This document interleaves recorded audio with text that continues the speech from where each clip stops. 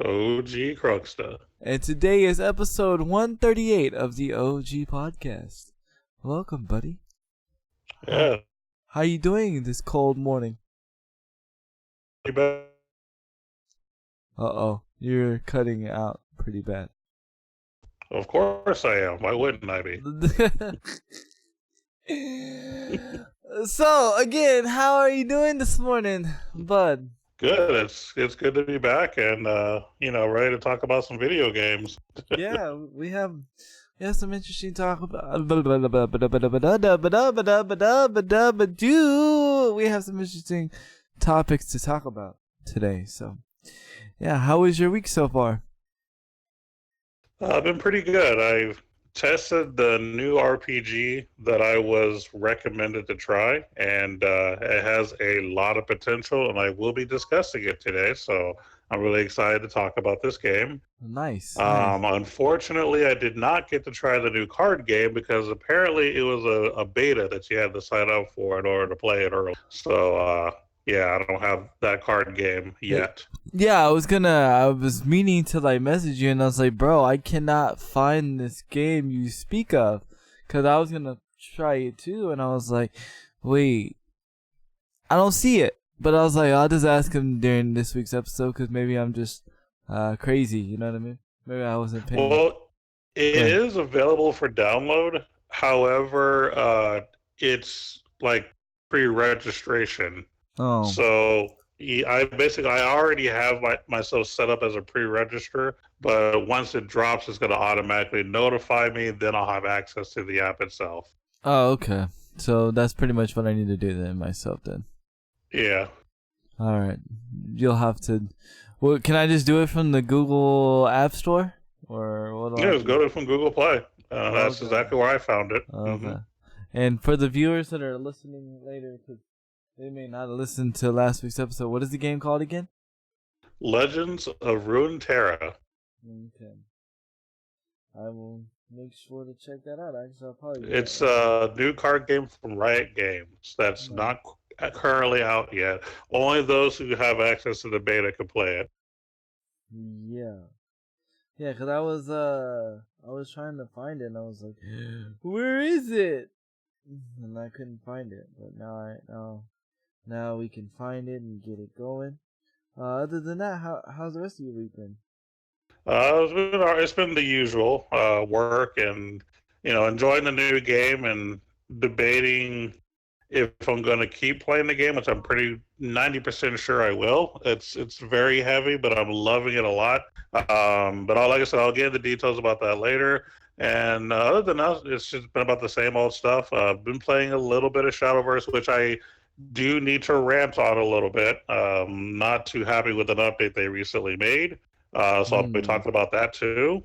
I'm even debating making a video on it one day, just because it's rant videos. Rant videos. Everybody loves rant videos. Yeah. It's something that's going to be super crazy. It's just one of those things that's kind of annoying, and it's one of those things I just kind of wanted to bring up, so I will. So that's pretty much that. But other than that, I mean, it's been about the same. Definitely. My week's been interesting. I did the interview over at the podcast called I think it was called Face It. I think I don't remember the name, and I feel bad. I think it's Face It, but they actually their whole thing, they actually broadcast on Facebook, which is really cool. They're actually into the Facebook gaming scene. That's cool. Yeah, so I was over there doing a thing over there, just giving some. They had me as a guest. They actually feature streamers. You know how we were originally going to do. We were gonna feature streamers once a month. But they do it once a week, which is shout outs to them for doing that. I don't know if I could do that. That's a lot of people and a lot of content, to try to get a hold of and having to do, but they do it. They also, I also got to give the podcast a shout out, and what we do and stuff like that. It was pretty cool. Got to bring some of my knowledge into what I know about to the topics that they were talking about, which we will not be talking about the same topics. So if you've listened to that podcast and you're listening to this podcast, please know that it's going to be completely different. I don't ever piggyback off other people's topics, especially if I'm on another show. So, did that. I've been playing a lot of Call of Duty. I'm enjoying the new Call of Duty a lot. Like, a lot. Mm-hmm. I have not enjoyed a Call of Duty this much since Black Ops 2. That was a long time ago. That's probably about... At least 6 years ago? Yeah, at least 6 years ago. At least 6 years ago. So I'm... Like, that's all I've been playing. In fact, I was playing that before we were even doing the podcast. So I'm really enjoying the new Call of Duty. And yo, I ain't worried about all you haters, man. I ain't worried about all you haters. Of course, there's people hating, but there's always gonna be people hating on the new COD. There's always gonna be people. Well, I'll be honest with you. Call of Duty is not really where all the hate is going. And I'll probably bring that up a little later. But there are actually 2 other games that people are calling a pile of hot garbage right now.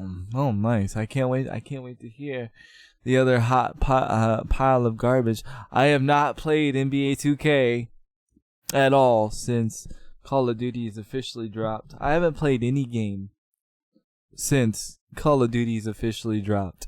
So, yeah, that's pretty much what I've been doing. I tried looking for that mobile game, and now I have my answer on why I couldn't find it. And just trying to survive this cold weather. And just chilling. I actually am welcoming this cold weather. I love it. Oh, I don't. I like it personality-wise, but my body hates it. Like my hip does not like it at all. So, yeah, that's the only thing. If my hip didn't hurt during this cold weather, I'd be for it. Because remember, that's when me and our other buddy used to walk the streets, was when it was cold, So all the time. So, other than that, man, but now that I'm old and apparently have hip problems, my hip hurts during this weather, so I'm not a fan of it. But, other than that, man, that's been my week. Nothing too crazy. I mean, I do have some crazy stuff to talk about, but those are going to be on my topic, so I don't really want to unleash the beans yet. I have some pretty interesting news. So, but I'm gonna go ahead and let you drop some knowledge there, buddy. Yes, let's go ahead and do that. I guess I'll start with the Shadowverse rant real quick, just to get that out of the way. I understand why they did what they did, but I think it kind of messed things up for the class that I play. So during the most recent update on the 28th, they made some changes to cards to try to balance the meta. And for those of you who've watched my recent videos, I recently got master rank with a deck called City of Gold. Right. And this is a card that's been out for a while now. It's nothing that's super brand new. But with the new set that just dropped recently, it made the deck a lot better. It made it more competitive. Now, when I say more competitive, I'm talking about a 50 to 57% win rate, something like that. There's nothing wrong with that. There really is. Yeah, that's pretty split, in my opinion.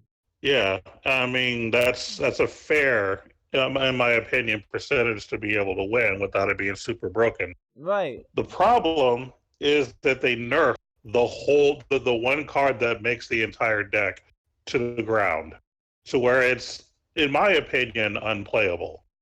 So for those of you that are into Shadowverse, this is going to be more for y'all. But initially, it was a 2-cost card. If you had 2 mana open and you end your turn, it automatically came into play from your deck. And then throughout the rest of the while it's in play, everything that you play that has countdown gets subtracted by 1, so everything can come out much faster. You need that on Unlimited because there are so many other decks that are super fast that if you're not winning by turn 7 or 8, you're pretty much lost. That's pretty much how that works. You got to be very aggressive. Well, instead of it costing 2 and its invocation ability costing it 2, the actual card itself now costs 3, and the invocation that puts it into play now costs 4. So Wow. they've completely destroyed it. Now, I will say that the reasoning for this has nothing to do with the unlimited format. This was strictly for rotation. They said that in rotation, there was about 22% of all players playing that same deck. So, which basically means 1 out of every 5 people was playing that deck, which, in all honesty, I don't think it's that big a deal, especially since there was still a good variety of other classes and decks being played. And then they said, and it also has a 55% win rate, which again is not It's bad. not That's bad. It's it's not not bad bad. at all. It's not You really know, bad. so they said to keep too many people from playing that deck, they had to nerf that card, and then they had to boost another card from a different class, and the boost that they did isn't going to change anything. I'm not even going to talk about it because it's just not even worth bringing up. But not only did they change something for rotation's sake that wasn't necessary, they completely destroyed an unlimited deck that was the only thing that was even keeping that class in the format to begin with. So now it's like we have to start all over with that class to make it good again. Because without that, it's just Runecraft and Forestcraft winning all day long, and that's pretty much it. So I yeah, I'm a little mean, upset about that. okay, so I'm gonna give you my opinion, and actually, I don't disagree with you. I actually agree with you. I think it's pretty messed up because I might say the wrong decks. So it's been a while since I played Shadowverse, so maybe Sure. you can correct me. But there was a lot of Bloodborne decks that were more than 55% win rate, and that people were playing a lot more. Did they nerf that? They didn't nerf that. They did. But yeah, but look how long it took for them to nerf it though. You know what I'm saying? It was like it took forever. You know what I mean? Like we had, if I'm correct, we had like tournaments going on with this Bloodborne deck. So I don't know, it's a little crazy. And then you had, what was it? The Holy Lion, that one where like you draw the card, and you automatically win. That had a significant win rate, more of a win rate than that, in my opinion, than this deck. And like that, like you know how many people are playing like Holy Lion and stuff. Like I don't know, it's just crazy. My question is to you: do you think it needed to be nerfed in rotation? No, it didn't. Not at all. I think it was a terrible call, especially when there are still other classes that do just as well that could still beat it. If the win rate was like 70%, then yeah, that's kind of high, and you might want to tone it down a bit. But when the win percentage is in the 50s, leave it alone. Don't touch it. There's nothing wrong with it. I thought 50 was a good thing because 50 means it's a 50% chance the other person winning. I think 50 is, I mean, that's half. That's how it should be. That's how all decks should be. If it is not at least, your deck is not at least a 50% win rate, then it should be, you need to fix it. In my opinion. Yeah, as a matter of fact, I will go ahead and load up Shadowverse on my phone right now because it actually has the explanation there. I will pull it up right now during the podcast with my other device so I could actually tell you the exact number that they said about it that made the company think that it was actually worth nerfing, even though I 100% disagree. I think it was more pros complaining than them thinking that, Actually, it was. And the reason that I know is because whenever they make these decisions, the way that they word it is in high top ranked competitive play. So yeah, it's basically the pros nagging. But yeah, I'm pulling it up right now. I just want you guys to know that I'm not just making this up. So let me pull this up. To be fair, you don't hardly ever rant. So to know that you're ranting would tell me that you're definitely not making this up. You know what I mean? Right. Here we go. So after going, okay, no, this is unlimited. They said that unlimited is not a big deal. Okay, here we go. So it says that after going over a high-ranking match data Which is from nice. early October, we found that Natura Havencraft, a deck archetype that utilizes City of Gold, which is a deck that I play, and Natura cards to produce Great Tree Amulet, currently possesses the highest win and usage rates at 56.9%. So 56.9% win rate, which is not bad. It's That's not. It's fair, really not and a bad. 22% or 22.2% use rate, respectively, which again is not that It's bad. not bad at all.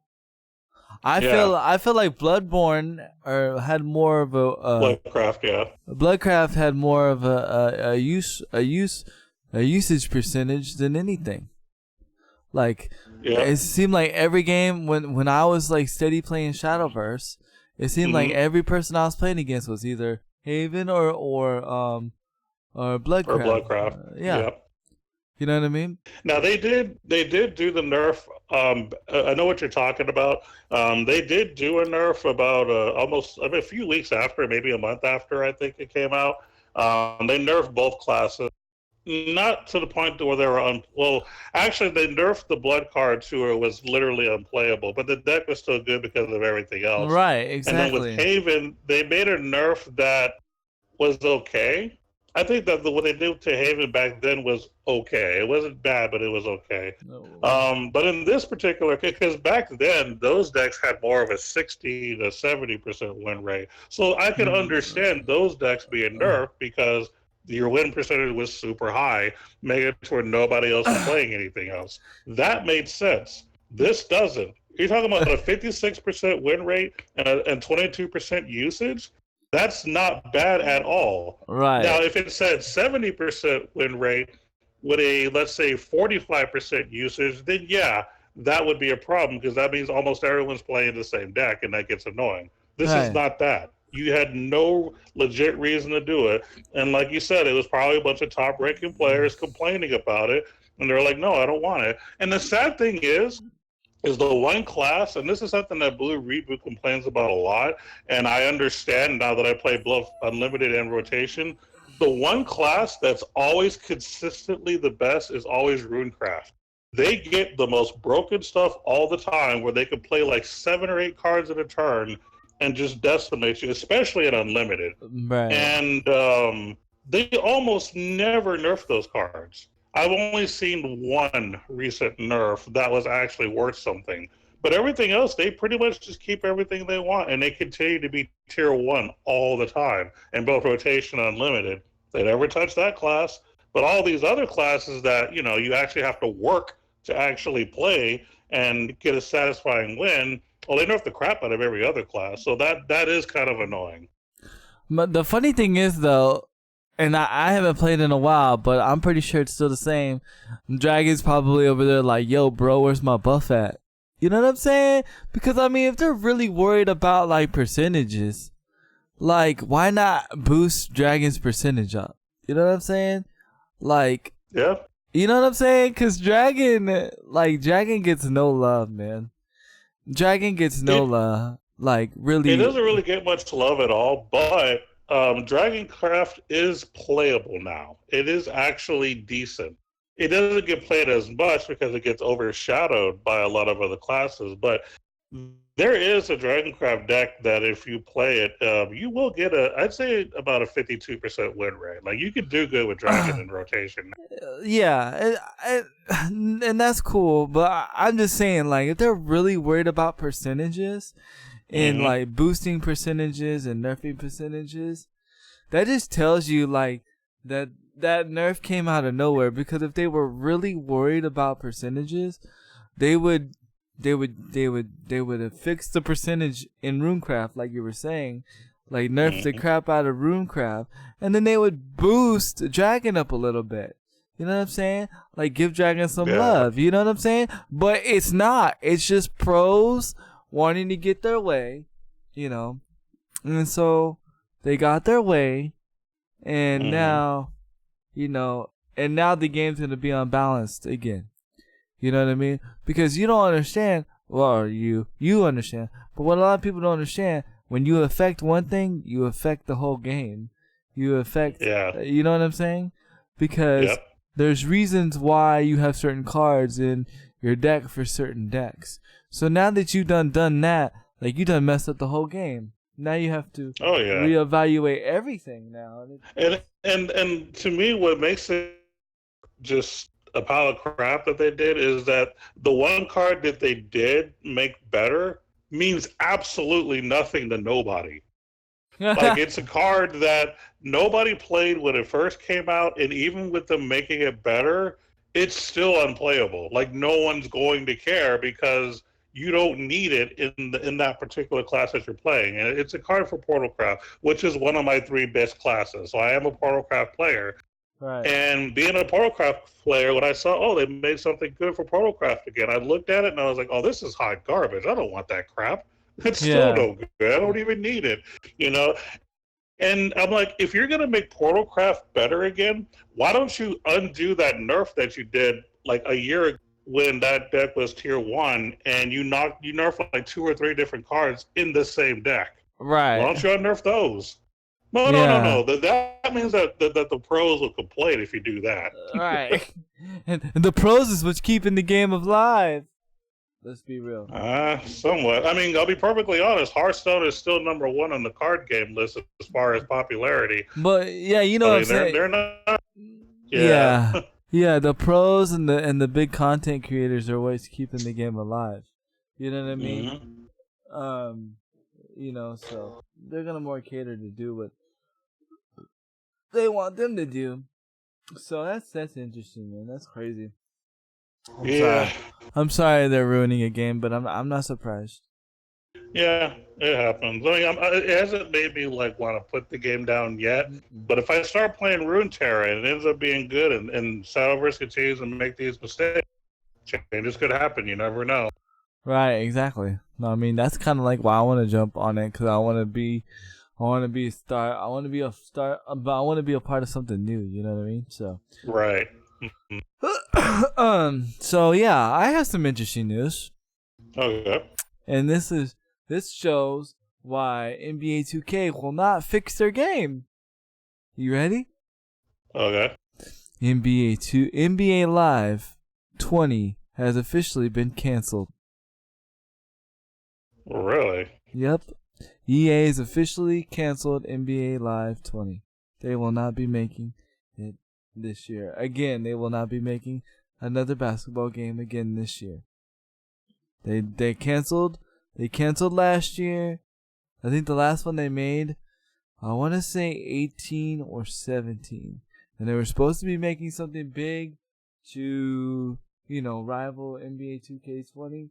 And they announced yesterday that they will not be, that NBA Live 20 has been canceled. And this is exactly why NBA 2K does what they want to do, because they're like, yo, we ain't got no competition. We ain't got nothing to worry about. Ain't nobody gonna make a better game than us. We can come out all broken. We can come out all messed up. We can do what the flip we want. We can have a jerk that is in the community, that's like the, I don't know what you would call him. I guess like the publicist or whatever. Not the developer, but he's like the publicist. Like, he's the one that like speaks for 2K and goes to all the interviews. Well, come to find out, his name's Ronnie. He goes by Ronnie 2K. Come to find out, like, this dude's like a complete jerk, right? Doesn't listen to nobody. All he does is like flaunt his planes and all this stuff, right? Apparently, I don't know him personally. I'm just going by from what the community says. But apparently this dude's a jerk, and like, he don't care. Like, his thing is to be the jerk, and it's like, people are like, well, when is 2K gonna change? I'm gonna tell you guys right now, 2K is not gonna change until somebody makes a basketball game, another basketball game, and it's better, or it has the potential to be the better game. Who's gonna make it? I don't know, cause EA scared. But it's just like, but to be fair though, like, both of y'all companies stay in y'all lanes. Ain't nobody making a football game. Ain't nobody else making a football game other than EA. and ain't nobody else making a basketball game rather than EA. And ain't nobody making another, and like there's only one other company making a baseball game. There's only one other company like making a hockey game. So people are just staying in their lanes and don't want to, like, I guess, to be fair, it's like people are scared in the video game industry when it comes to sports. Nobody want to rival 2K. Nobody want to rival Madden. Nobody want to rival EA when it comes to hockey. Nobody want to rival I forget who makes the basketball game, but not the basketball game, but the baseball game. But the baseball game you can only get on PlayStation. You can't even play baseball on Xbox. So, it's even crazier. And that's Major League Baseball. It's called Major League Baseball, the show. And and I don't know why, but it's just like I've dove in deep into like sports games, not to play, but it's just it interests me how when it comes to sports, right? We'll stay in our lane.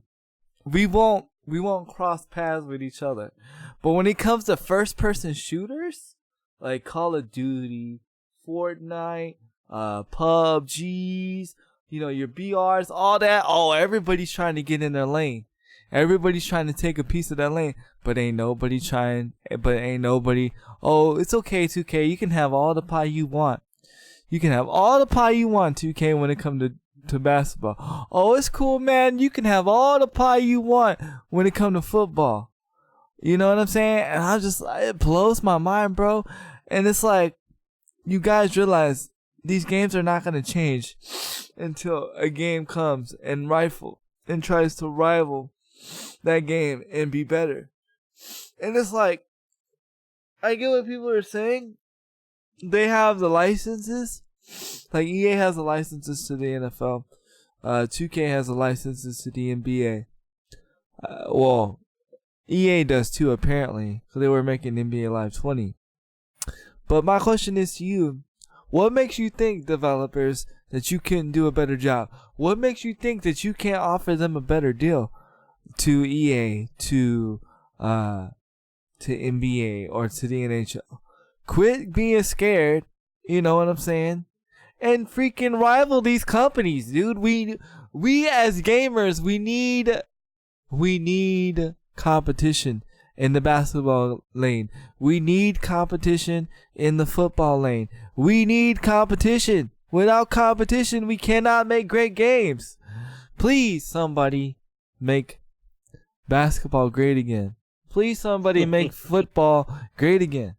Because I refuse to sit there and say that, like, NBA 2K is like the greatest game. It's a good game, but it's not the greatest game. Because want to know why I say it can't be the greatest game? Because the only game it has to compare to itself is itself. It has not have a rivalry since probably 2017. You know what I'm saying? Same with the wrestling games. You know what I'm saying? It's the reason why the wrestling games suck. There's no competition. Ain't nobody else making WWE games. And it's to the point to where this WWE 2K20 was the worst WWE game 2K's ever made. It is so bad. Go ahead. So that was actually part of the hot garbage topic I was going to bring up. Oh, there you go. There you go. Yes. I'm going right into it. So, yeah, basically, everybody WWE game because of the fact it's super glitchy.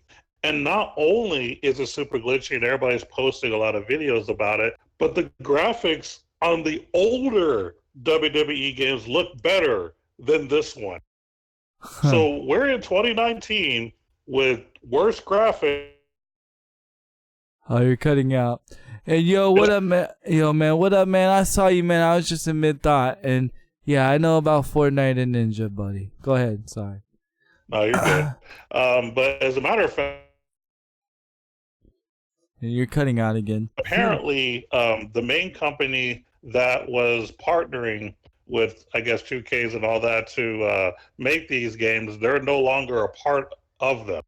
Yeah, So it's they Ukes. branched out. Yeah, Ukes. There you go. Mm-hmm. Ukes basically is not a part of the whole WWE thing anymore. They're not making any more games, and the problem with this is they've been doing this stuff for decades, and Mm-hmm. now that they're not there, there's no one really to take over to make it good again. And that's why you have these trash WWE games coming out because the people that made it good are no longer there. Yeah. They rather keep it. 2K would rather keep it in house, which is making it worse. Let, So I do have to give Inside Gaming credit because they're the ones that actually yeah. provided a lot of that info. But yeah, apparently it's a pile of hot garbage. It People really are is. already getting refunds. They're actually getting refunds for NBA or for Oh yeah.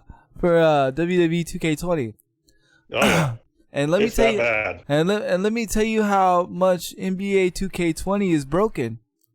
You want to know how broken it is right now? Are you Mm-hmm. ready? It's only Yeah. October, right? The game just came Mm-hmm. out last month. Are you ready? You can now Yep. get the game for free. Why not? You might as well. You you can now get the game for free. So, 2K That's sad. 2K is in a lot of trouble in my opinion. And Yep. remind you, last week we just said 2K had the top selling sports game, or whatever it was that you said the stats said it was, and I said I don't know, man. 2K is pretty bad, bro. I was like, there might have been people buying it, but they were not. They're probably not playing it. A lot of them went Well, to to. be more specific, FIFA Soccer is the game Oh that yeah, yeah. everybody's spending money on because that game. Oh, you broke up. Yeah. Yeah, and so, and I don't know, man. It blows my mind though. Like, why? I don't understand.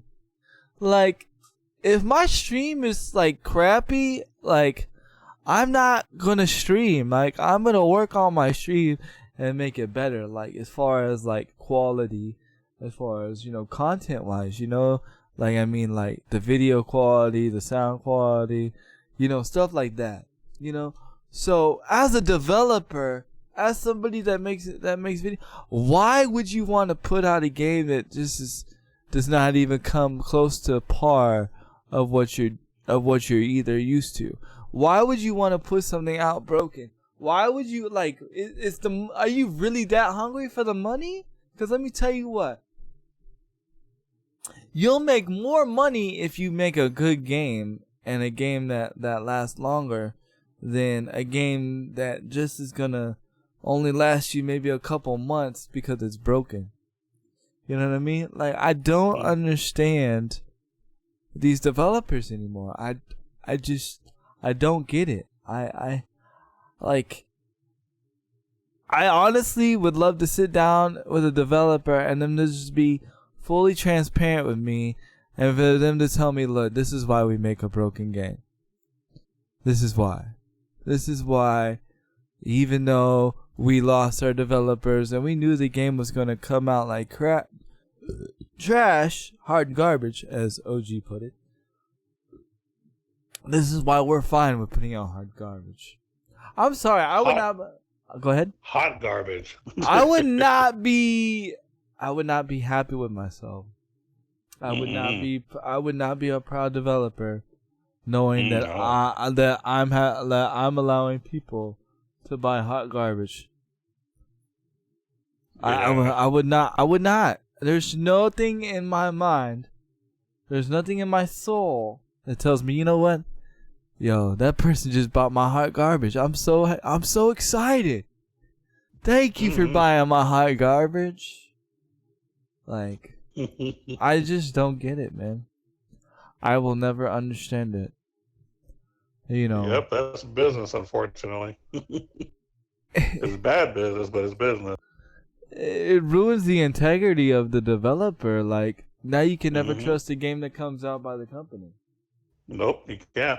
And it's like, well. And then another game that's getting the pile of hot garbage award lately Yeah, we're going to be doing a lot of trashing today. Apparently, is the new Fallout 76 or whatever. So, Mhm.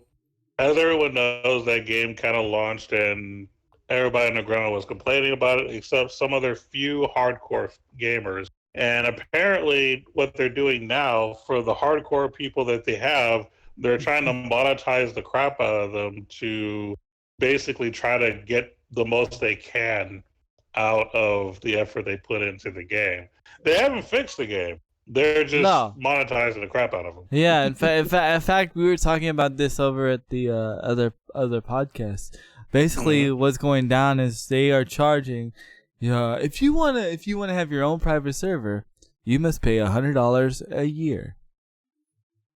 $100 Yep. a year, and oh, it gets better. The Hmm. private server doesn't even work. Oh, even better. It's broken. So not only Why are you not? paying for $100 a year for a server, guess what? It's broken, just like the game. Oh, Hmm. I'm so excited. I'm like, and I was saying this in the other podcast. I feel like it's just a way for them to try to make up the money that they lost. But Yeah. at that point, you would just say, you know what? Chunk up the deuce and cut your losses. Cut Hmm. your losses, man. I don't know. I again, I don't know what's going on with these developers, man. But some of you people that are high up in the developer land, you in the wrong business. You in the wrong business, man. You in the wrong business. I don't Yeah, know. you need to start making mobile games. You can make some legit money that way. Some of these people, I feel like they're like old school drug dealers or something, because that's what it sounds like. Like, I'm just being real. It sounds like, oh, I'm gonna hustle this bad product and get what I can out of it and reflip it. I'm just being Hmm. honest. I'm being Yeah. honest. That's exactly what it sounds like to me, man. And it's stupid, bro. It's so. Oh Yeah, you might man. get catnip instead. Yeah. Yeah. You might get catnip instead, but that was on purpose. But yes. But Yeah. yeah. And for those who don't know, it's an inside joke from a long time ago, but don't worry about it. Yes, It's don't fine. worry about it. That'll be on our after dark podcast show one day, maybe, if we ever create Yeah. one.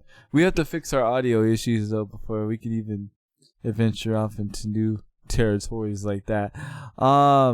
Right. But Lord Jesus help us, because I honestly don't know what's going on. But yeah, man, I don't know, man. That's exactly what it sounds like. It sounds like, to be honest with you, it sounds like a lot of these developers are just selling these people catnip, man. And these Hmm. people are just buying it, and they're like, "Man, this stuff's so good, bro." And then then after you realize you buy catnip, you're like, "Oh man, this is garbage." Hmm. I've been like, "Well, Hmm. ain't nothing I can do to you, man. You bought it. You know what I'm saying? You believed it." Yep. You believe the hype. You know what I'm saying? So, I mean, you know, like, you, it's so stupid. Now I'm just thinking about that story, but I mean, it's just. I'm naming this episode Catnip, okay? And I'm gonna put a big old picture of Catnip on it, and then yeah, and that'll just be for me. Yep. Yeah. And only a handful of people will understand. Yes. Yes, and I will personally message certain people so they will see it. Yep. I don't even know where that one person is anymore, apparently. But anyway, Yeah. We'll talk about that later. yeah. In other news, yeah. So I don't know, man. It's just disappointing. And then because people are so used to getting catnip, people that have been catnip so many times, they gotta hate on the good games. You know what I'm saying? Like Call of Duty right now. Like, to me, like, yeah, it has some like issues, but it's not even close to the issues that Call of Duty once had. And I think, and I'm not going on to the next topic into the Call of Duty thing yet. No. I just want to put something in people's ears. If you're somebody that's complaining about the new Call of Duty Modern Warfare, there's something that I strongly need you to hear, and I need you to turn me up, right? I need you to turn me up real loud, and I need you to hear this, okay? You have to remember that this Call of Duty, are you ready, is a revamp to the series. So the Call of Duty that you once played is never more. Things are going to be completely different. You're going to see things that might not make sense because it's not how a lot of the Call of Duties were played. It's not how a lot of the Call of Duties were done. Well, guess what? It's a revamp. And it's a good revamp in my opinion. Revamps meaning that the game is supposed to be nothing like how any other thing was. How would you like it if I said I revamped my logos or revamped my colors, but my colors were exactly the same and my logos was exactly the same? Is that a revamp? No, it's not a revamp. A revamp is something completely different. Something that feels different, something that looks different, something that sounds different, something that is just different. So, understand. Like I keep saying, and it's been like on my mind lately, do your research before you take to social media or before you do your own following and start standing behind something. Because you don't know what you're standing behind, you don't know what you're complaining about if you don't do your own research. Yeah, man. So there we go. What's on your next agenda of knowledge? Well, we're going to try to avoid the pile of hot garbage that I've been talking about today and go to something that's actually good, that has a lot of potential. So, as I hinted to in my introduction today, is there's a new game that I was asked to try out by a good friend of mine. I call him my silent reporter because he's the one that gives me a lot of ideas on accident. And it was actually right after the podcast, he had messaged me saying, hey, you need to download this game. The name of this game is called Last Claudia. And Claudia is just like the word cloud, but put IA at the end of it. So Last Claudia. So this is a new mobile RPG that just released a couple weeks ago. And it's deep. Like the story, it has a decent story, so you're gonna get involved in the story. On top of that, the graphics remind me of Final Fantasy Brave Exvius, which I love that game. That's a breath of fresh air for you. So that's a breath of fresh air for me. My biggest complaint, because it's not perfect, but my biggest complaint, and it's not really that big deal to most people, but it only plays, as far as mobile's concerned, in portrait mode. It won't play in landscape for me. So that is an issue, but because of how good this game is, I'm willing to push through it. Because not only is the story deep, but the customization is something that I've never seen in any mobile RPG. That's right, they're doing something completely different. And I'm trying to find the best way to explain it. So, in this particular game, your characters can equip what are called arcs. What these arcs are, it's almost like materia from Final Fantasy. So you equip a materia and you get to learn these abilities. Well, the way that it works is you equip this arc, or if you want to call it materia, you can. And once you've mastered that ability, that character keeps it for life, forever. Wow. Yes. So then what you do then is you can remove that arc once you're done with it, equip them with a different arc, and they can learn new skills. And you can keep adding and adding and adding. Now, obviously, there is a cap to how many abilities that you can use because, they're trying to make the game fair and not everybody broken. But the cool thing about this is you can basically fully customize your characters because of this whole learning whatever abilities you want. Wow. It is so crazy. I love it. I absolutely love it. I've never played a mobile RPG like that. Because when you play most mobile RPG, everybody has their certain abilities. You just level them up and, combine 10 of them to make the 6-star ultimate, whatever. No, it ain't like that at all. It's like you have these characters. Now, obviously, you want to level up the characters too. They have their own stats and, hit points, magic points, all that stuff. So you want to level them up, obviously. Right. But the cool thing is, not only do they have the arc system where they can learn new abilities, each character has their own ability tree, if you will, where you can kind of learn different things as you level up, and you pick where you want to go and what you want to level. Like if you want more HP, you click on that node. As long as you have the resources, you learn it, you get it. If you want more hit points, you want more strength, whatever the case may be, in that little grid that you have, you can just learn it for the actual character itself. So not only is the arc making you learn new abilities, but the characters also grow themselves in a way that you want them to. It's fully custom. I love it. It is so good. So Man. good. So I'm gonna Yeah. have to try this in. Yeah, it's something we're trying. Like I'm trying not to overhype it too much because it's a brand new game. So obviously there's always going to be hype about a brand new game, and it was honestly under the radar. I'd never heard of it until a good friend of mine told me about it, and I was like, yeah, I'll give it a shot. But it's a lot better than I thought. The only other thing that bothers me a little bit, and I think this is only a problem when you're playing early. I think if you're like a month down the line, this probably won't be an issue. But the stamina is the exact same. Um, okay, so the way okay, every mobile RPG there's a stamina base where if you run out of stamina, you can't play unless you do something. In Hmm. here, you can level up the arcs. Right. Oh wait, you cut out.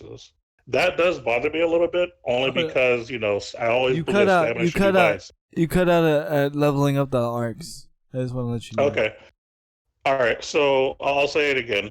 So the resources that you use for stamina is the same resources you use to level up your arcs. I Level. prefer Right. stamina to be done Right. by. Right. When you said level up arcs again, you cut out. I don't know why. Apparently, I'm not supposed to say it. They're like, don't do it. Okay, so the stamina and the arcs have the same resources, Okay. so they're shared. I would prefer stamina have its own thing and not be the same thing for other things, but it's only an issue in the early game. Once you level up more and you level up, your resources and generate more, it becomes less of an issue. It's just in the beginning, it makes you have to play the game more to kind of figure out how to balance it. But other than Hmm. that, I mean, the game's fantastic. The graphics are like Brave Exvius. The story is pretty good.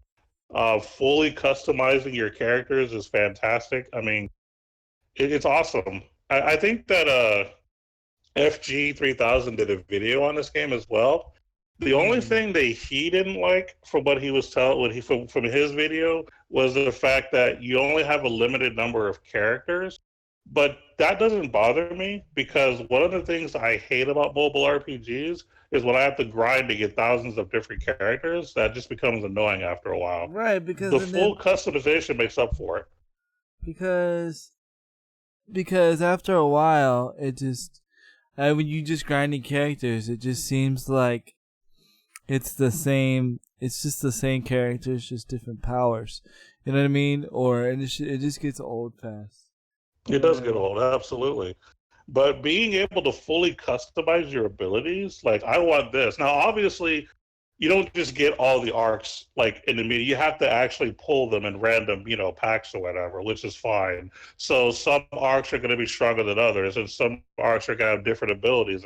But that's fine because as you're leveling up something, you might eventually get something better. So when you're done learning this ability, you can then equip that ability. I love that. yeah. Customization has never been this good in a mobile RPG. Ooh, you hear that here, Chad? He said it's never been this good. It has never been this good. It I'm out. hasn't. I'm about to check it out then. What is it Yeah, again? it's called Last Claudia. Oh, Last Claudia. Yep.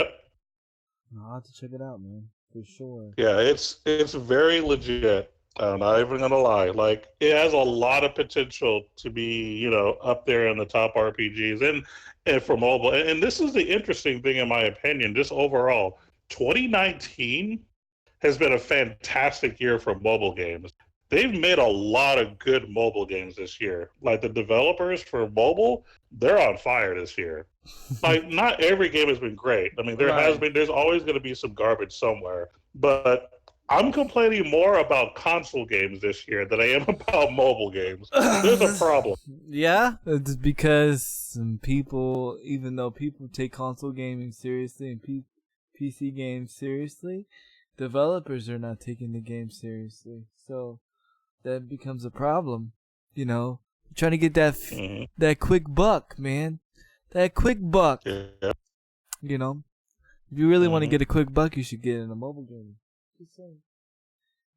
You know, but that's crazy though. I'm gonna check it out. Yeah. Check it out.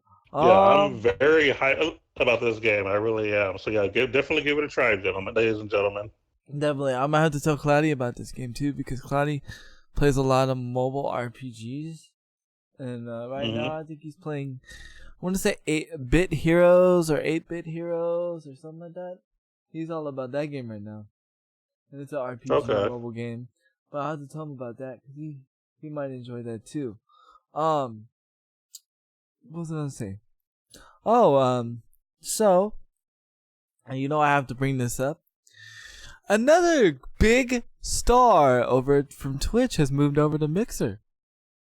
Shroud has moved over to Mixer, and arguably could be Shroud on even on Twitch was arguably bigger than Ninja. I mean, yes, when Ninja had Drake and you know all the clout that he had, yeah, he was pulling the numbers. But when all that was done and settled, like Shroud was pulling more numbers than Ninja, and Shroud decided to move over to Mixer, and it was like a last minute deal. I don't know, man. Mixer making some moves, man. Yeah, Uh, they are. apparently, you know, they can't say the exact number, but apparently this dude's getting paid something around over $50 million to stream over at Mixer. That's crazy, dude. Um, Wow, that's actually true. yeah, that's actually true. Huh. Actually, Okay. they say the truth is actually more, but they're not allowed to disclose the number. But they could say it's roughly around 50 million. But like you said, you have to understand that these people were clearing more, around that, on Twitch and easily. And it's very true because I mean these dudes, Ninja, and Ninja and Shroud alone pull at least easy 500K a month. Just on Easy. Twitch. Mm. So, and basically, it's kind of like what we were talking about last week. Shroud is over there because, he doesn't have to stream as much, even though he's streaming more, and he's getting more freedom because what I've learned, and we were talking about that over there, and I learned that, and I didn't know that. But when you are under contract, like a different contract, because of course there's a contract with Twitch that where you get your sub button and all that stuff when you're a partner. But there's another, if like you become huge, there's another contract where Twitch locks you in, right? It's kind of like Mm. that cable bundle thing. They lock you in for so long on it, but they pay you. Well, come to find out, Yeah. and I didn't know this, but when they lock you into that contract, there's certain things you cannot do, like certain places you can't go, certain appearances you can't do, certain things you cannot do without Twitch's permission. And from what I understand, because I don't know the full details, but from what I understand, Mixer offers a lot more freedom to be like more than just a streamer. Like you can go, like do a partnership with Adidas. You know, I'm just throwing some of Ninja's partnerships out there that he's done since he's been with Twitch. I mean, since he's been with Mixer. He's partnered up with Adidas. You know what I'm saying? He's been on the Masked Singer, you know, doing that stuff. You know, on TV, he's been on CNN. And apparently, from what I understand, some of that stuff he was not allowed to do when he was under contract with Twitch. So it's pretty interesting. Pretty interesting. Also, 2 weeks after that, I don't remember the exact name of the person, so I don't want to butcher this person's name. Mixer made another inquiry, getting somebody over there. It's not as big as Ninja, and not as big as Ninja, not as big as Shroud, but they did offer him a contract, and they got him over there. So Mixer's making moves. I don't know. It's getting interesting. It's getting interesting, and unfortunately, I like it. I like it too. It's very intriguing. I'm not gonna lie. It's very intriguing. Because you know, I don't want to say the secret sauce yet, but there's a sauce, right? And you know, it's a very intriguing sauce. It's a flavor I've never had before, and it's very intriguing. But I ain't made no moves yet. I ain't done nothing yet. It's cool though, because we need the competition. You see 2K, you see what Mixer's doing? They creating competition. EA, you see what Mixer's doing? They creating competition. When are y'all going to do that? I'm waiting, because we need competition in the sports era. Sorry, I don't mean to go back to that, but it's pretty interesting to see what's gonna happen. You know, ironically though, stat wise, if YouTube makes the right moves, YouTube can take it all. Because what's the one thing that everybody has? What's the one thing? YouTube. What's the one thing everybody watches? Pretty much YouTube. YouTube. There's like not nobody on this earth that does not watch YouTube. You want to look? Here's a prime example, and she's probably going to be listening to this later on. Okay, my wife has made really good friends with somebody at her work. Right? She's a nice older lady. She's really cool. She's real chill. Right? Well, she's like I don't know what brought up the conversation, right? And anyway, she was like, yeah, I watch a lot of YouTube. And I was like, oh, really? I was like, that's cool. I was like, I'm on YouTube. She's like, wait, you're on YouTube? What's your channel? And so I told her, Handy Kill Cam. She subbed to my channel. She watches our podcast. And she's not into gaming, and she's not like a gamer or anything, but she thinks our podcast is awesome. And like that, and like that's what made me think about that. It was like, there's that discoverability. Like everybody watches YouTube. So if YouTube was able to make the right moves, which personally I see YouTube doing that. I mean, because YouTube could do the same thing. YouTube can say, you know what? I'm just using me as an example, right? Ain't nobody gonna holler at me like that yet. I don't think so. I mean, I'm open to it. Mixer, you know what I'm saying? Twitch, YouTube. Y'all want to put me on the contract? One of y'all, I'm down. You know what I'm saying? But it's got to be right. You know what I mean? But YouTube can come to me and be like, yo, Handy Kill Cam, we want you under contract. You know what I'm saying? We'll pay you this much a month for you to stream on YouTube. That can happen. You know what I'm saying? And if that happens to some of these big streamers, because not all the big streamers have been taken. You still got Dr. Disrespect. You still got all these other ones. You know what I'm saying? Dr. Disrespect says he's not going nowhere, but that can always change. You still got Tim the Tap Man. Money talks. Right, exactly. You still got Tim the Tap Man. You still got Courage JD. You know what I'm saying? You still got all the pro players. You still got all these and all these other things. Oh, and here's another thing that Mixer has been getting. They're getting variety streamers because they're saying, and I've been saying this, variety streamers are the way. So, I mean, you know, I don't know, man. It's crazy. It's definitely crazy. I do want to comment on what you said about YouTube having the potential to push the envelope, if you will.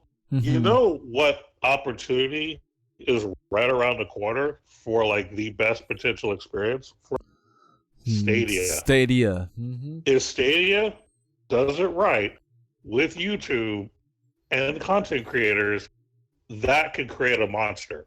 And I mean that in a good way. I think that is some fantastic opportunities there. What if that's what YouTube's waiting for? Maybe YouTube already has a plan in motion. Maybe YouTube maybe YouTube is just waiting for Stadia to drop because it would make YouTube more appealing. Mm-hmm. Because right now, like, let's be real, and I've been subject to this. We've all trashed YouTube, right? Even though we go to YouTube every day, as far as being a content creator on YouTube, we've all trashed it. We've all made fun of the algorithm. We've all said, you know, YouTube, bleh, you know what I'm saying? We've all done it. You know what I'm saying?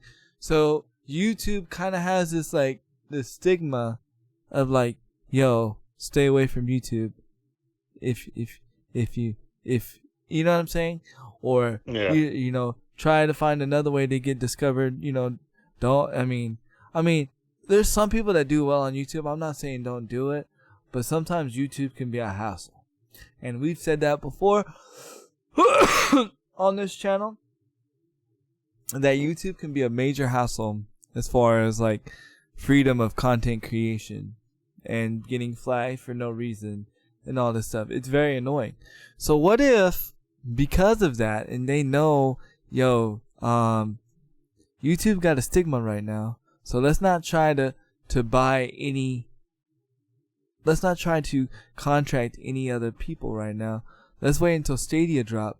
Then it'll be more appealing because then people will be more attracted to Stadia because Stadia's going to do well. I mean, in their mind, Stadia's going to do well. So let's say Stadia does well. Stadia does amazing. Now they have something attractive, and then they go and then they get Tim the Tapman or Courage JD.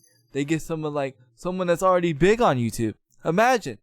Courage they already have someone, actually. They have MatPat. Oh, there you go.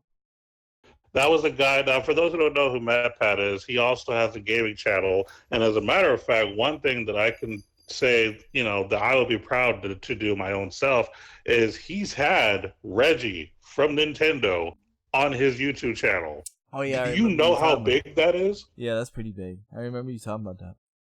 Yeah. So, they already got MatPat, which is a big deal. But, yeah, they can get more people. That would be great, too. That's what I'm saying, you know, because... I don't know. Like now the platforms are divided. Like I actually was watching Mixer yesterday. I was watching Shroud. Shroud do the 2v2 tournament in Call of Duty yesterday. And you know, cuz I like watching Shroud not only because he's a dope gamer, but he's level-headed. Like he's a level-headed thinker. And I like that because that's good. That's good for streamers. Streamers need to be more level-headed because they don't realize the influence that they have on people. And to piggyback off that, because everybody's been complaining about, we shouldn't be able to play with PC players on Call of Duty. PC players got the advantage. Well, Shroud is probably the best FPS shooter on PC, right? He was in the 2v2 tournament playing against two console players. One was Crim6, I forget the other person, right? Shroud got whooped 6-0. And he was like, wow, this dude's amazing. Before that, he was playing against Formal and Dr. Disrespect. Dr. Disrespect was on PC. Formal was playing against, Formal was on console. Formal was giving Shroud the business. Okay? Formal was carrying Dr. Disrespect. Dr. Disrespect is on PC. And Shroud made this very good statement, and I went and tweeted this out, and I don't want to hear nobody complaining in my chat again about it. And it made perfect sense. And it made perfect sense. He says, it doesn't matter if it's PC or console. If that person has had experience on that system, they're going to be good at it. He's like, there's good on both systems. There's good people. I mean, there's good players on PC. There's good players on console, right? So, we should just be happy that we're all able to play together. You know what I'm saying? Yeah. The machine does not make the good player. It's the player. And I was like, dang. I was like, thank you, Shroud. And he got and he got whooped by a console player, and he was excited because it proved to him. It proved his thought process. He said, see, it wasn't because his auto aim or anything like that or better FPS. He's like, that dude beat me because of skill, because he knows. They've been playing He's like, those players, because they're pro Call of Duty players. Those players have been playing Call of Duty for years. The reason why he beat me is because he's put more time into the game than me. It's not about because, he has a PS4 Pro and all this other crap. You know what I'm saying? I was like, dang. I was like, thank you, Shroud. Thank you, sir. Hands off to you, sir. And so, and that's why I watch him, because he's level-headed like that. You know what I'm saying? So It's pretty dope. Pretty dope. It's sick. So I don't know, man. We'll see what happens. I don't know. Like I said, the sauce is pretty intriguing, man. Sauce is pretty intriguing. A lot of things have died down over here, so we'll just have to see what happens, what goes on, man. Absolutely. What else is on your agenda of knowledge? Well, before I go on to my agenda, I do want to kind of piggyback on what you said when you said about the whole consoles not necessarily making certain people better. I also would attribute that to fighting games, not specifically with consoles but with controllers, because one of the biggest things that people would get teased about, and I was one of them, is I was considered a controller player because I did not like playing an arcade stick. I wasn't good with an arcade stick. Yeah, I remember you. But I had a custom controller that basically had the arcade layout, but it was an actual, PS2 controller, I think it was, because it was when Third Strike came out. Yeah, it was a PS2 controller, and it was the 15th anniversary Third Strike controller that I used. Uh-huh. And even though people used to tease me for being a controller player, I beat the crap out of a lot of stick players. Dang. And I mean badly, to the point to where they were like, how are you doing that? You don't have the control that I do. I was like, it's not the controller, it's not the stick, it's the player. Exactly. And I'll be honest, I was very cocky back then, and then I was like, as you can clearly see, I'm better than you. And I should have said that, but when I get competitive, I become sometimes a nasty person, and I'm sorry that I did that kind of stuff in the past. But yeah, I was to the point where I was like, I'm using this controller. You're making fun of me for using, and I'm kicking your butt. What do you got now? Exactly. And you do not apologize. Don't show no mercy to competitiveness. You're being competitive. You were being a winner. I mean, they were talking crap to you. It wasn't like you were going up to them and being like, you know what? I'm kicking your butt. You suck. That's different. When they're making fun of you and you're like, yo, bro, I'm just better. I'm just better, bro. You know what I'm saying? That's not, you just holding your integrity, bro. Don't be mad. Don't apologize for that. Don't apologize. Fair enough. You know what I'm saying? But I guess I can get into my actual news. I just kind of wanted to bring that up too, because I think they go hand in hand. Yeah. I appreciate that because, dude, I'm sorry, but I was saying yesterday or since I've been playing Call of Duty, that's all I've been hearing. They need to da-da-da. I'm like, bro, it's not that big of a deal. I've already beaten PC players. It's about how they play. You know what I mean? But go ahead. Okay.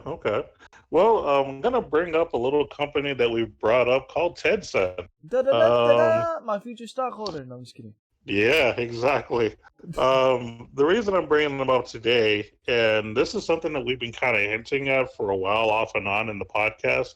I think last time we talked about Tencent, they were doing something with Nintendo, trying to get their games into China so that they can all make money. So it's like a Nintendo Tencent partnership. And one of the things that we mentioned is if Tencent and Nintendo ever got together, it would be over because they're just two big Oh, giants. don't tell Well, me. Oh, don't tell me.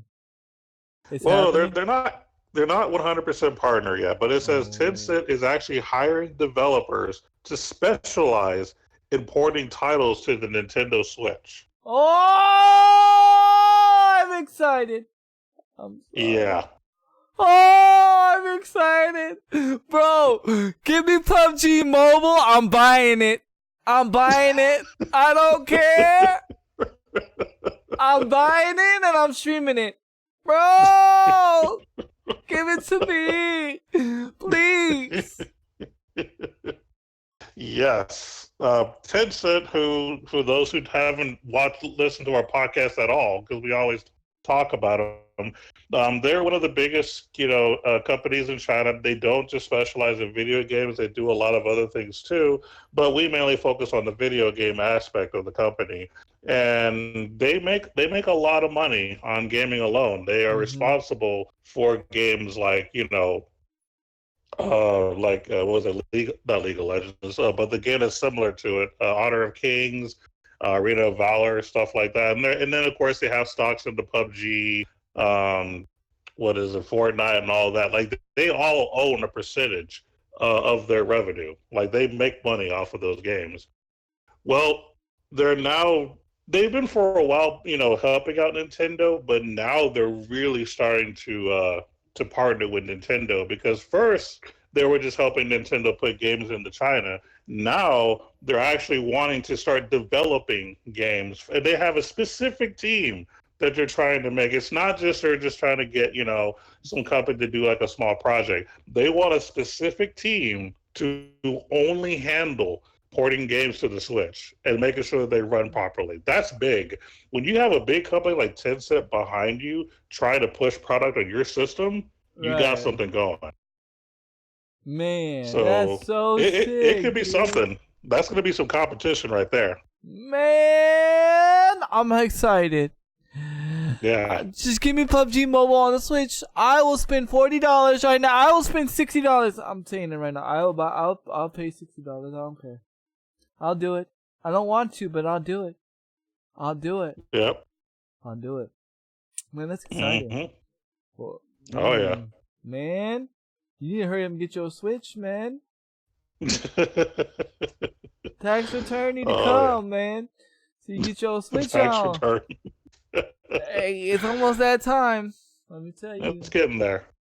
Yeah. We don't need to worry about Christmas. We just get tax return. We good. You know what I'm Yep. saying? That's my Christmas. Right. I'm too Mm. old for Christmas. I'm too old for Christmas presents and all that. Just give me tax return. I'll buy what I need. Mm. No, just kidding.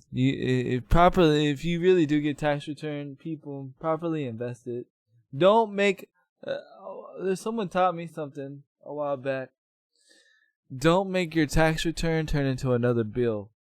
And what I mean by that is, I mean, if you have to, you have to, right? But don't make it where like you go and buy something with your tax return that's just gonna put another bill on you, because then you're gonna be like more broke than you already were.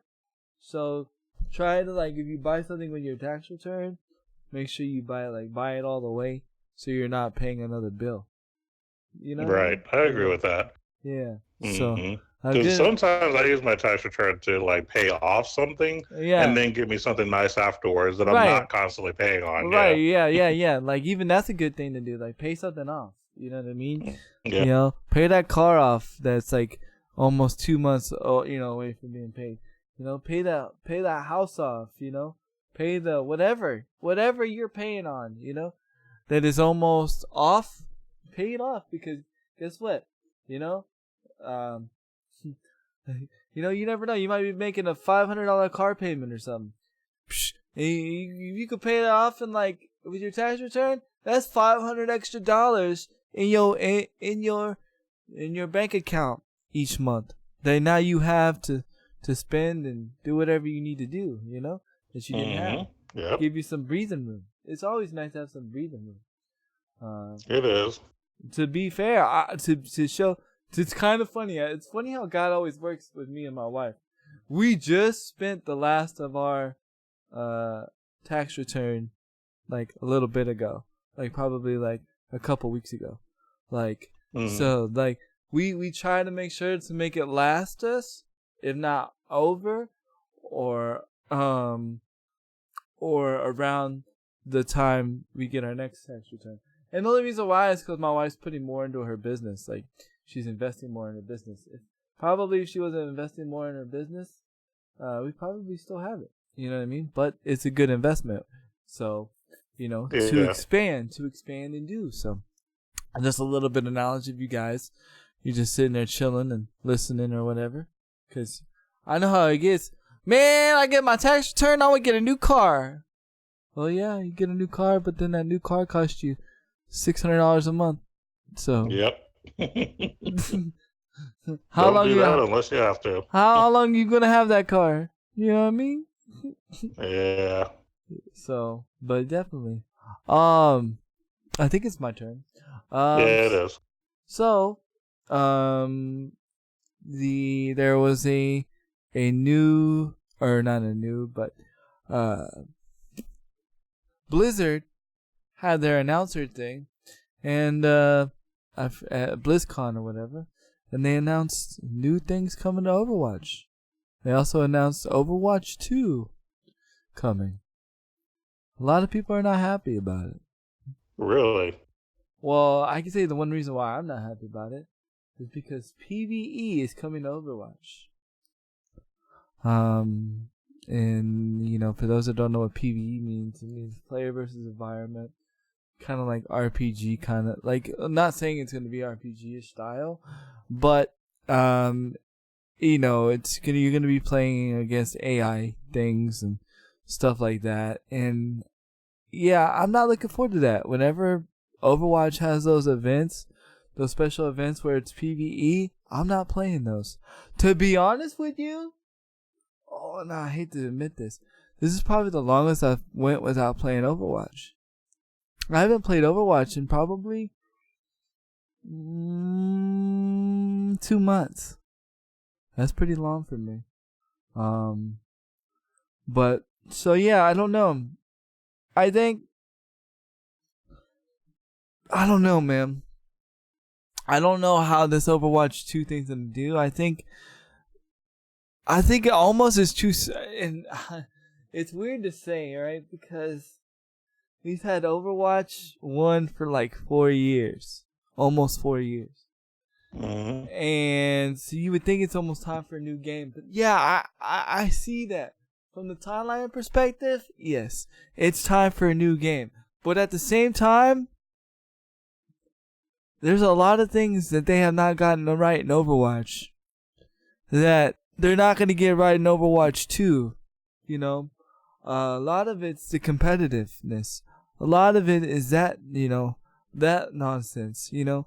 They haven't really got they got the pro scene right, but I'm saying as far as like competitive, like for the casuals, you know, like the rank system is still jacked up. You know what I'm saying? So you can't tell me that Overwatch 2 is gonna make that great. You know what I'm saying? You can't tell me that. You know what I'm saying? Because if you ain't figured it out now, you ain't gonna figure it out later. And I would rather them wait on Overwatch 2 and get all the kinks fixed in Overwatch 1, like as far as rank goes, and then move to Overwatch 2. In my personal. Fair enough.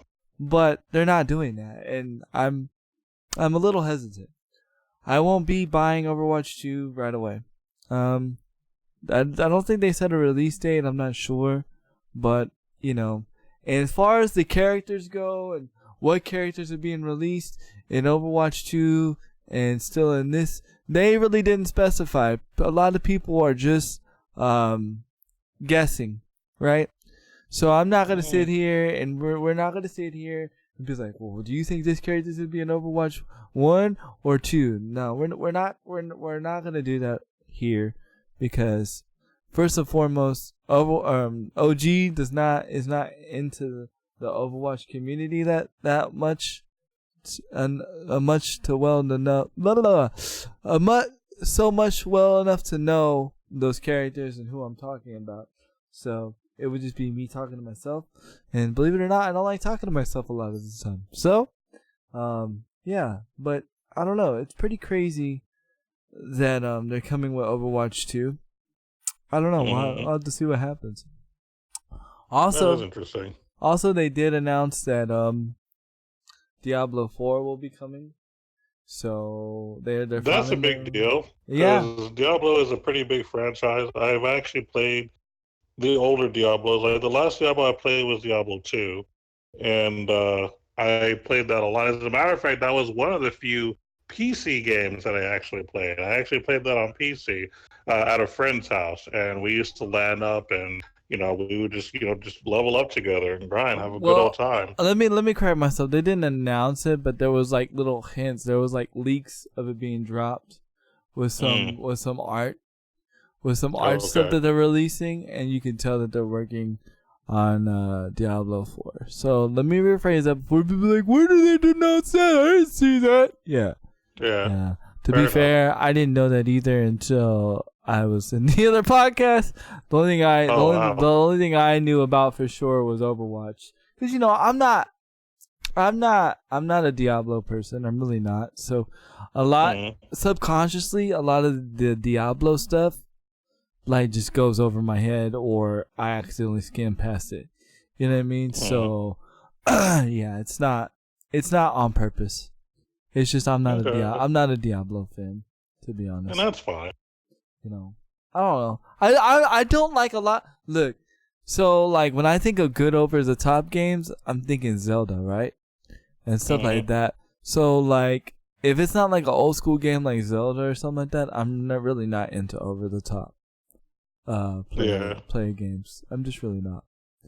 Like, fair enough. I only put my time into Zelda for that situation.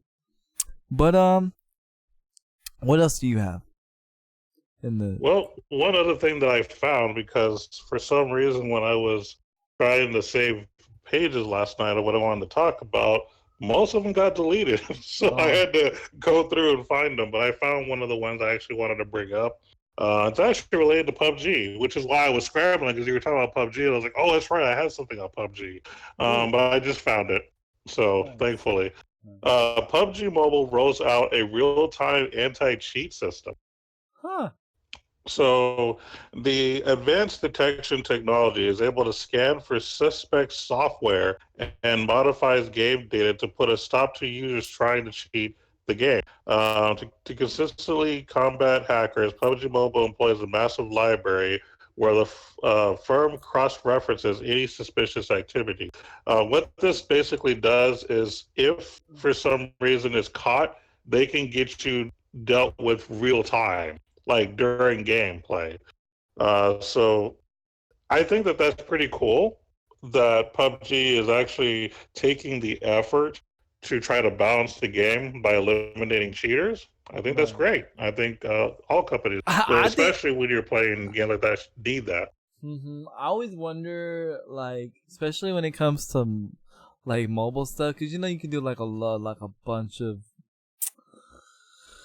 I want to say, well, if I say that word, people think I'm talking about porn. I'm not talking about porn, but like, you can watch a lot of free movies. Like, you can do a lot of stuff that you shouldn't be doing on your phone. So I wonder, like, what actually triggers that. Because I mean, probably a lot of those things come from like the same family. You know what I'm saying? Mm-hmm. So I wonder, like, if, like, say for instance, if you have like a turret where you're downloading movies, or maybe you're like me, you have Kodi, you have APK. You know what I'm saying? I wonder what triggers that thing to where, like, oh, you can't play PUBG. You got this cheat thing on your computer or on your phone. You know what I'm saying? So I wonder. Yeah. I wonder what it is. I wonder what it. Yeah. I wonder too. And this is an issue that's been happening with PC forever, but mobile is in the same area because, I mean, mobile is pretty much like a mini PC, in all Yeah. honesty. Mhm. So there's so much that you can do. So a Mhm. lot of stuff you can do on PC, you can do on mobile. And now they didn't mention how specifically they're observing, which is good because if you tell everybody how you're doing it, then Right. people are going to get around it. But they actually do people who are actively observing PUBG mobile players to look for these kind of patterns and use whatever software they're using to figure it out. We think we need more. Yeah, definitely. Definitely. We need it on console, to be honest. Yeah, It's too easy on console because like, and I've said this before, and I'm gonna use my controller as an example.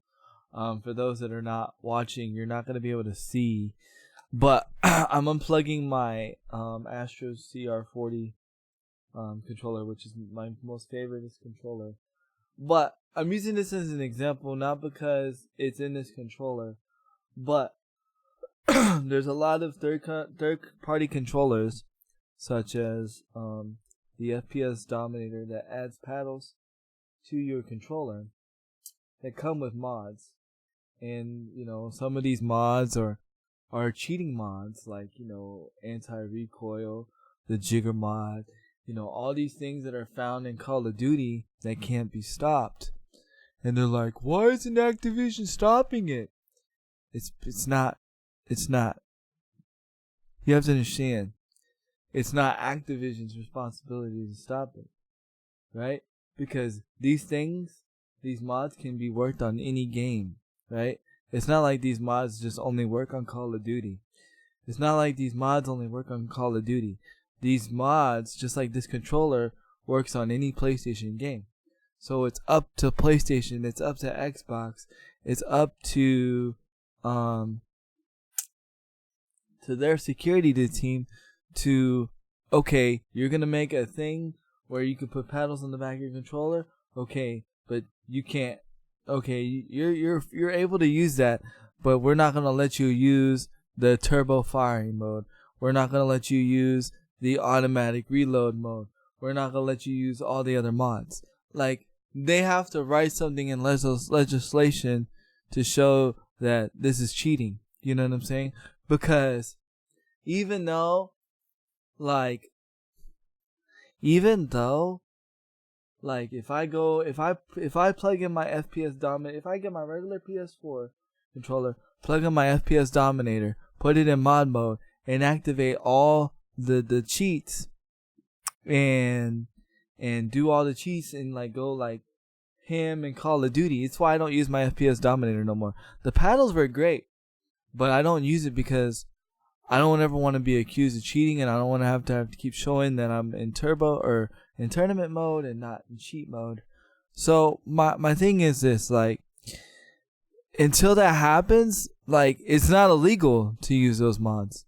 Yes, it's people frown upon it on Twitch, as far as oh, look, he's using those mods. Oh, people will frown on it in the COD community, but you're not gonna get banned from PlayStation for doing so. You're not gonna get banned from Xbox from doing so. Why? Because it's a controller mod. You know what I'm saying? It's not like it's not a program running into the PlayStation. It's just modding the controller. It's exactly why Karma, which he's a pro player for Optic. Now he's a pro player for Seattle.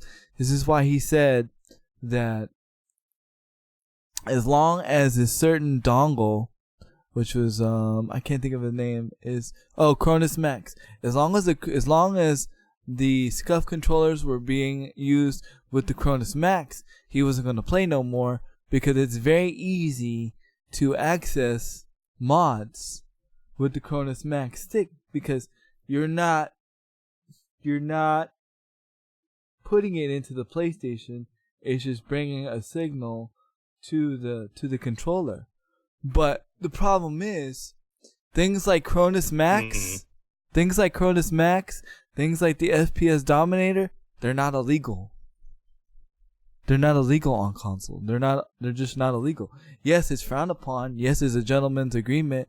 Yes, you'll lose all your viewers on Twitch if you do it. Yes, you'll, be, blacklisted, in the communities if you do it. But it's not illegal. And that needs to be illegal. I'm not saying that there doesn't need to be modded controllers where you don't have to spend $200 or $300 like on this controller to have the back buttons. We can have those mods, but you don't need to add these things that are modding the buttons as far as turbo and all the other stuff. Like I have the FPS Dominator. It's like chilling in my cubby. It has over 300 mods. And then on top of that, the FPS Dominator website, they update each month and they have more mods that you can just do. I'm pretty sure there's mods for Modern Warfare right now. For the game that just come out. To where I can pretty much make it where my gun has no recoil. But guess what? It's going to suck for the person that I'm playing against, but it's not illegal. It's not illegal. And guess how much it costs? How much? $40 at GameStop. Huh. Okay. So not only is it accessible, but it's affordable. Because that's what I bought. I bought it because everybody's like, bro, you need a scuff, which is the buttons on the back, to make it easier to jump and shoot. You'll be a better player. Ironically, Astra's the only one that does it right, in my opinion. And I didn't enjoy the buttons on the back until I got my scuff. But that's what I originally bought it for. The thing over at GameStop, which is $40. It hooks on to any PlayStation controller. That's what I originally bought it for. And then I realized, oh wow, if I put it in mod mode, I was doing all this research. If I put it in mod mode, I could do all these cheats. It's kind of like a Game Shark. Pretty much kind of like a Game Shark connected to your controller. Pretty much. Just without codes.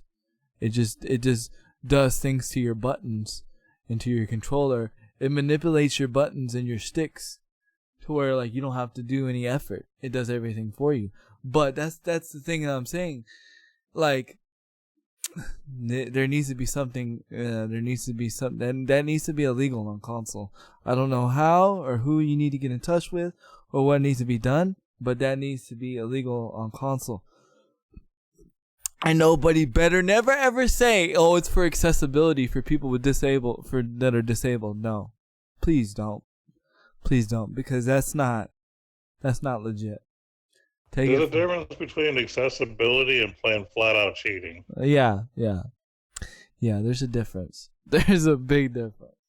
So. And it's kind of funny you were talking about the Game Shark, because that actually brings me back, because I remember we had Game Genie back in the old days. That's what it was for Nintendo and Sega and all that. Yep. And then eventually when PlayStation came out, I think that's what it turned into the Game Shark. I don't remember what I had for the Game Shark. I know it was one cartridge system, but I don't remember if it was for the Sega or the Nintendo. See, that was the Game Genie, yeah. Was it the Game Genie? Well, then what was the Game? That's the Game Shark was something you used on PlayStation. Oh, yeah, because you had the memory card. The memory card was the Game Shark. That's right. Or you plugged it into the Game Shark, or you plugged it into the memory card slot. I remember now. Yeah, because I had a Game Shark at one point. Yeah, you did. I did. You did. Mm-hmm. Because as a matter of fact, I remember we tried it on Final Fantasy VII, and you had everybody maxed out, and I'm not sure if you had all the materia or not, but yeah, you could definitely break the game with that kind of stuff. Yeah, and and of course that stuff wasn't banned back then because we didn't have online back then, so it wasn't a big deal. It was just what you did. Yeah, you didn't have competitive play and all that. Yeah, what you did behind closed doors, and so I don't know, man. It's crazy though. Dude, no lie, I was just thinking about Game Shark the other day, and there was this thing that was on TV that was something shark, It was like you plugged it into your Ethernet adapter, but it it lets you get into the network or whatever. And it was called something Shark, and I was like, I wonder if that's what happened to Game Shark, because you don't hear nothing about Game Shark anymore. Mm-mm. And you want to know why Game Shark would be illegal? Because it alters the console. It doesn't alter the controller. That's where these people like FPS Dominator and Cronus Max, that's how they're getting by. Because there's legislation or whatever. I'm probably using the wrong word. But there's a rule against doing it against console. There's no rule against doing it against controller. So yeah, there needs to be a fix for sure. I don't know who needs to do it, but there needs to be a fix. And yes, I'm tapping my controller. I apologize. But that's interesting. Mm-hmm. Definitely. The one thing, what was it? Oh yeah. So it's very small, and it's probably like my last thing. But so for those that have been following Call of Duty for like a long time, you know that for the longest time, for at least I don't know, I want to say 4 years, 5 years, Domination has been out of competitive Call of Duty.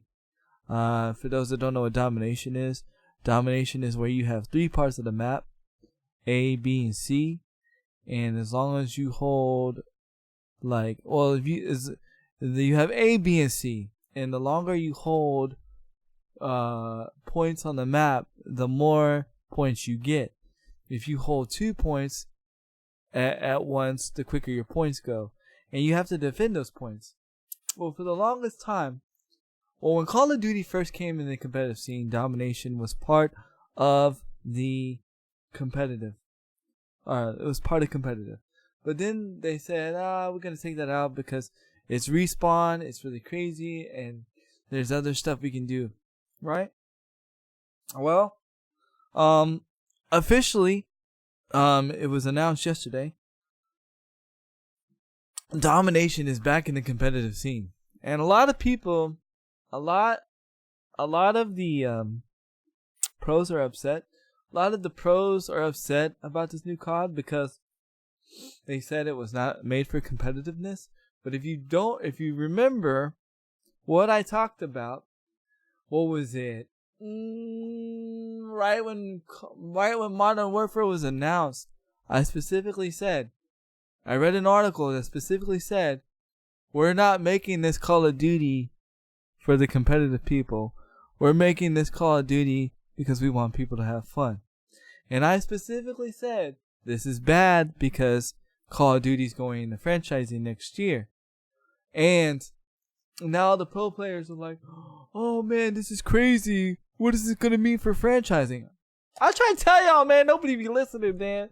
But I think it's going to be cool. I think it's going to be fun. I think it's going to be bringing at least a lot of the players that have started. Because you look at Scump. Scump's been playing since he was 16. He's 27 now. So he's seen when Domination was in, and he's seen when it was out. And I think it's going to be good for, people like him. It takes people back to the roots. You see Nadeshot. He's actually doing good this Call of Duty.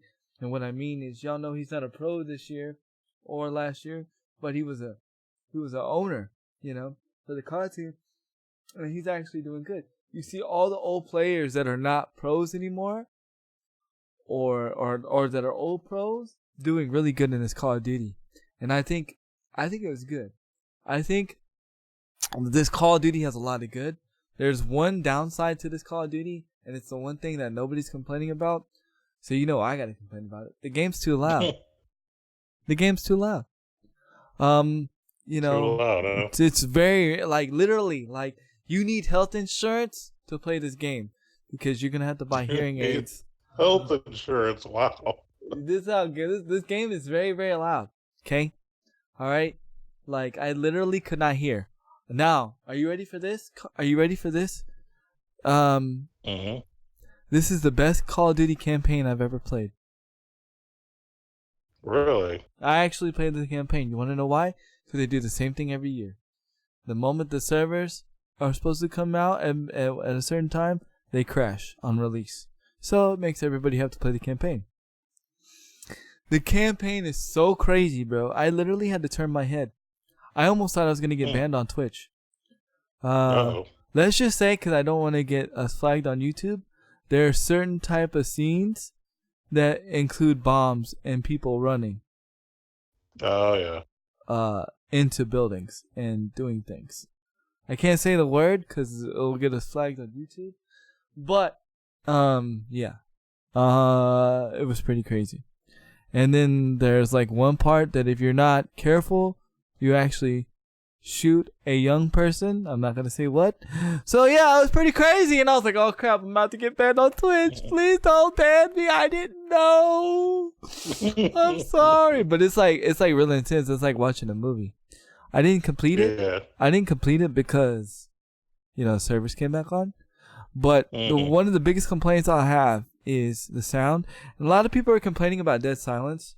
For any, I know you don't know a lot about COD, but basically what COD did is it muted your footsteps, like where you could not hear your footsteps, right? And you could hear, like your footsteps couldn't be heard to the enemy, right? Right. But like everybody else's, like everybody's enemy's footsteps could be heard, right? And it was back then it was a perk that like it was on all the time. Like there was never on and off switch. If you had that perk on, it was on. Like all the time. Now how they made it was like now you have to earn it, like you know how Overwatch is? You know they have the ult when you get an ult or whatever? Now if you have that dead silence on, it's like an ult. You get to use it. You have to like let it recharge, and then you can use it. Once it recharges, you can use it. You can only use it for a certain amount of time. And a lot of people are complaining because like it didn't really mute your footsteps, but it like made everything quiet around you so you could hear. I think that was like, to me that makes more sense. I mean, that makes more sense to the Call of Duty, but like I see what they were trying to do. They were trying to revamp the perk, because this is a revamp. This was exactly what I was saying, but everybody was complaining about it so much that they changed it. So now it's kind of back to the way that it was, but it's still an ultimate. I actually enjoyed it a lot, and if people don't realize that this is a revamp, I'm gonna tell you this. Look at your what is it? I can't think of the freaking name. I have to boot up the game to figure it out. It's not the UAV, but it's the other UAV. It's the one that makes everything blind where you can't see.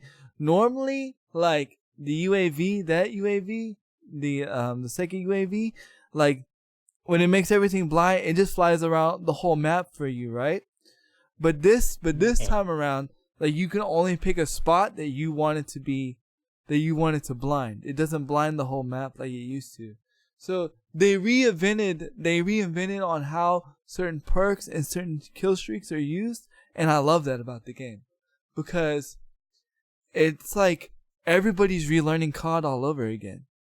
You can't go in being like, oh, well, I have 20-year COD experience, I have to relearn it again. Even the attachments and learning how to use the attachments, like all the pros are saying, there's no way we're going to be able to figure out a meta this in the beginning. Like it's going to take us so long to figure out a meta. Like it's crazy because there's so many attachments, so long. There's at least, I want to say, I could be wrong, but there's probably at least 100 attachments per gun. At least. Yep. It's a lot. So, I think that's a good thing, because as soon as pros figure out the meta, everybody wants to run the meta. This way, everybody just figures out and does their own thing. So I think this is really good. I think it's amazing, and I think COD's going to do this year, and it's really going to separate the people that really want to do COD, and then the people that really don't want to do COD. You know what I mean?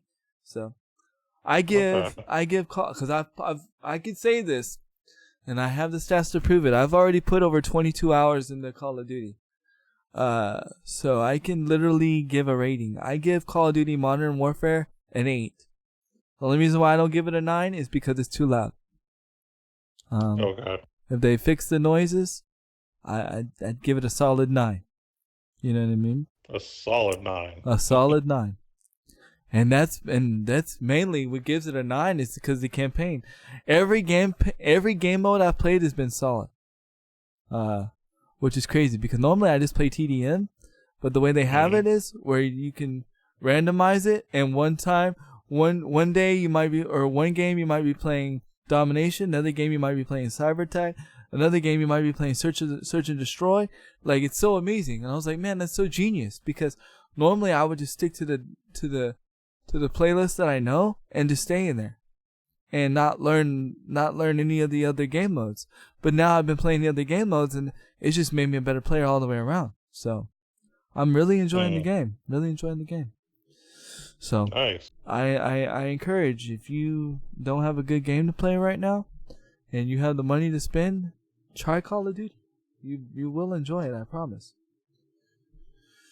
I promise. Do you have anything else you want to discuss? There's one thing I can bring up, and I guess I will only because I am a fighting game kind of guy, so I'll bring it up just for the sake of, catering to the fighting game community and mobile. So basically, King of Fighters All-Star has now launched globally. So those of you who don't know, King of Fighters is a fighting game produced by SNK. There have been a lot of fighting games that include these characters, like Capcom versus SNK 2, and there's been a lot of others. But anyway, the King of Fighters specifically actually has their own fighting game strictly for mobile. And from what I've seen of it, because I don't really play fighting games on mobile, but from what I've seen of it, it's actually pretty good. It does have the classic 3v3 fighting system. And as a matter of fact, FG3000 did a video on this particular, and he even mentioned that, for a fighting game on mobile, this is one of those games that's setting the standard, causing people to actually make good games, which is what we've been talking about, like competition for good games.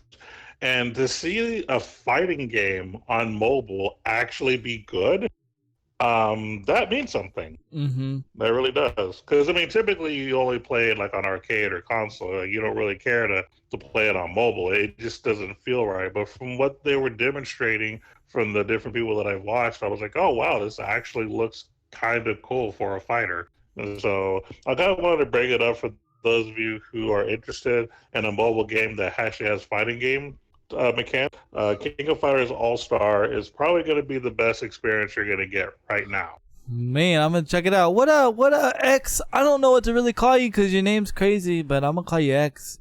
You know what I'm saying? It might be a little weird for people to, why are you calling this dude X? If you saw the name in front of me, I don't know how to pronounce it. And he's one of my subs, and I don't feel like butchering his name. So until he gives me another name, until he gives me another name to call him, I'm calling him X. So what up, man? Hope you're having a wonderful day. You actually came at a crazy time. We're fixing to end the podcast. But yeah, man, I'm gonna have to check that game out though, bro. Yeah, definitely. Oh, and the company that's producing this game for mobile is Netmarble.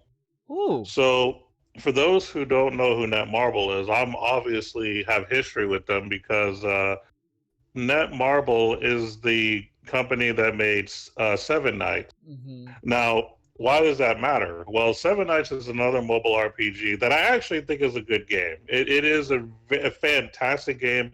The graphics are good, very flashy. Like, I absolutely love the game. I stopped playing for other reasons, but it is a good game. But what's important about it is in this mobile RPG that they had called Seven Knights, they had a lot of fighting game tie-ins, so you could actually use like characters from Street Fighter 5. They had a Street Fighter 5 tie-in, and I actually did a video about using Karen in raid mode. So Netmarble is very familiar with SNK and how fighting games work because they've even used some of Capcom's people before. So Netmarble knows what they're doing, and they're a very good company when it comes to making games. So Nice. with Netmarble backing them, I think that that's one of the biggest reasons this game is successful. Have you played it yet? I haven't played it yet. I don't play fighting games on mobile. You gotta try it though. You talk about it. You gotta try it. Yeah, I might try it, but right now the first thing I'm going to do, as far as on my YouTube channel, I got to demo that RPG because I've been hyping the crap out of that, and then maybe sometime after I do that, I may check out King of Fighters All Star and make a demo video on that one. Yeah, who knows? I might try it too. Who knows? I don't know. You know me Yeah. in mobile games. Like We I don't said, lie. mobile gaming is hot this year. It is on fire. It's not even hot garbage. It's actually good kind of hot. I just need something to keep my attention span. Yeah. Like even Call of Duty Mobile doesn't keep my attention span on mobile. I don't know. I just don't see my mobile. I see mobile where business getting done. You know what I'm saying? Not where I'm gaming. You know what I mean? I don't Yeah. know. We'll see. We'll see how it goes. But yeah, I'll check it out. That's all for me. I do. Today. I do want to make the announcement. Give me 20 minutes and I will be back live. I'm gonna be playing Call of Duty. Everybody asked me yesterday, can you please play Call of Duty after the podcast? And I said I might. But you gotta give me 20 minutes though, cause I gotta get my daughter sorted. I gotta go to the restroom, and I mean restroom. That's probably gonna take 20 minutes right there. And then we'll be back. So give it about an hour. Yeah, give it about an hour. Yeah. And then we'll be back. I will be back live, not we. OG doesn't play Call of Duty, unfortunately. And I'll be playing some Call of Duty. We'll be grinding. But I'm gonna go ahead and let OG take us out. All right, ladies and gentlemen, thanks again for watching and listening to the OG Podcast. We are live 10 a.m. Central Standard Time on Wednesday, where we talk about our favorite subject, video games. And of course, on top of our discussions about video games, you can check out Hand to Kill Cam's Twitch channel all throughout the week, and Able Gamers, very important, every Thursday. So check them out over there, show them some love. They do fantastic things for, people with disabilities, or I would say challenges. You turn your disabilities into an ability. So Exactly. that's what they're all about. So, they're a no excuse kind of place. They want to make sure that everybody can game equally. So show them some love. And then, of course, don't forget your boy OG Crunchster. He does have Oh, you cut out? all about the mobile gaming.